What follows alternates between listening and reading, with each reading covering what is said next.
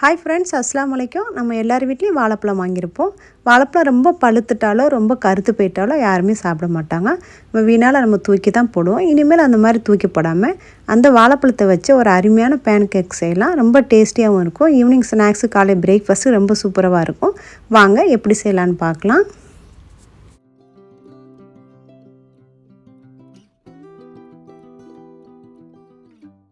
இப்போ பாருங்கள், நல்லா கருத்து போய் நல்லா பழுத்து போய் பழம் இருக்குது. இப்போ இந்த பழங்களை அப்படியே இருந்து ஒரு 5-6 பழம் இதில் நம்ம யூஸ் பண்ண போகிறோம். இதை எடுத்து வச்சுட்டு இப்போ இதுக்கு ஒரு பவுல் எடுத்துக்கலாம், ஒரு பெரிய பவுலு.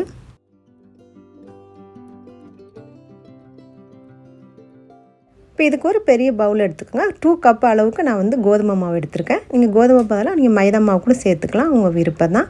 இதோட 1/4 கப்பு சீனி சேர்த்துக்கோங்க. நான் வாழைப்பழத்தை நிறைய இனிப்பு இருக்கும், அதுக்கு ஏற்ற மாதிரி நீங்கள் சேர்த்துக்கோங்க. உங்கள் இனிப்பு எவ்வளோ வேணுமோ அதுக்கு ஏற்ற மாதிரி பார்த்துக்கோங்க. இப்போ இது கூடயே 1/2 டீஸ்பூன் அளவுக்கு உப்பு சேர்த்துக்கோங்க. உப்பு சேர்த்த அப்புறமா இதுக்கு ஒரு 4-5 ஏலக்காய் நல்லா தூள் பண்ணி எடுத்து வச்சுருக்கேன். ஒரு 1/2 டீஸ்பூனும் ஏலக்காய் தூளும் சேர்த்துக்கோங்க.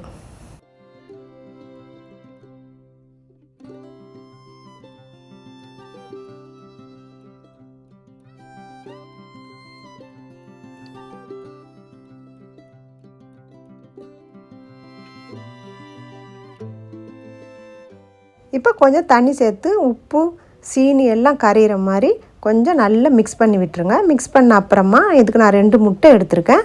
2 முட்டை சேர்த்து நம்ம நல்லா கலந்து விட்டுக்கலாம். கண்டிப்பாக முட்டை சேர்த்துக்கோங்க, அப்போ தான் நம்ம தோசைக்கல்லில் ஊற்றும் போது ஒட்டாமல் வரும்.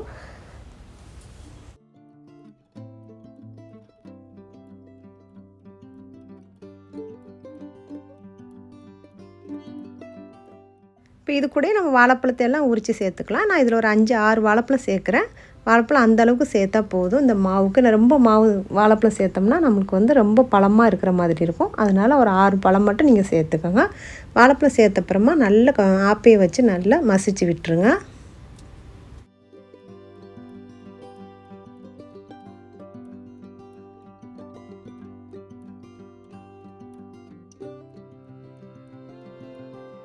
இப்போ வாழைப்பழம் நல்லா பழுத்துருக்கனால சீக்கிரமாக நம்ம கரண்டி வச்சு நல்லா மிக்ஸ் பண்ணிக்கலாம். இப்போ பாருங்கள், இந்த அளவுக்கு நம்ம மிக்ஸ் பண்ணிட்டோம்.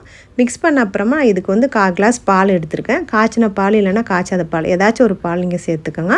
சேர்த்த அப்புறமா நல்லா கலந்து விட்டுட்டு அவ்வளோதான். நம்ம ஸ்டவ்வில் பேனோ இல்லைன்னா தோசைக்கல்ல வச்சுக்கோங்க. இன்றைக்கி நான் சின்ன பேன் தான் வச்சுருக்கேன். இதில் கொஞ்சம் நெய் எடுத்துக்கோங்க. 2-3 ட்ராப்ஸ் நெய் இதில் பேனில் ஊற்றிட்டு இப்போது 2 கரண்டி 3 கரண்டி அளவுக்கு மெல்லிசாவே நீங்கள் மாவை எடுத்து ஊற்றிக்கலாம்.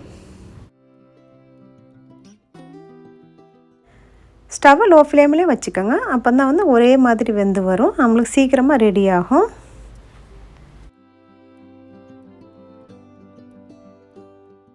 வாழைப்பழம் இந்த மாதிரி கொஞ்சம் கொஞ்சம் துண்டு துண்டாக இருக்கட்டும், அப்போ தான் சாப்பிடும்போது நல்லா டேஸ்டியாக இருக்கும். இப்போ நம்ம ஊற்றின அப்புறமா லைட்டாக நீங்கள் நெய் சேர்த்துக்கோங்க. நெய் சேர்த்த அப்புறமா அந்த கலர் கொஞ்சம் சேஞ்ச் ஆகும். சேஞ்ச் ஆன அப்புறமா இந்த மாதிரி நம்ம பெரட்டி விட்டுக்கலாம். இப்போ இந்த சைடு நல்லா கொஞ்சம் சீக்கிரம் வெந்த அப்புறமா லேசாக நீங்கள் கொஞ்சம் நெய் சேர்த்துக்கோங்க. அவ்வளோதான், நம்மளுடைய பனானா பேன் கேக் ரெடி பண்ணிட்டோம். நீங்களும் ட்ரை பண்ணி பாருங்கள். இப்போ இருக்கிற மீதி மாவு எல்லாத்தையும் இதே மாதிரி நம்ம ஊற்றி எடுத்துக்கலாம்.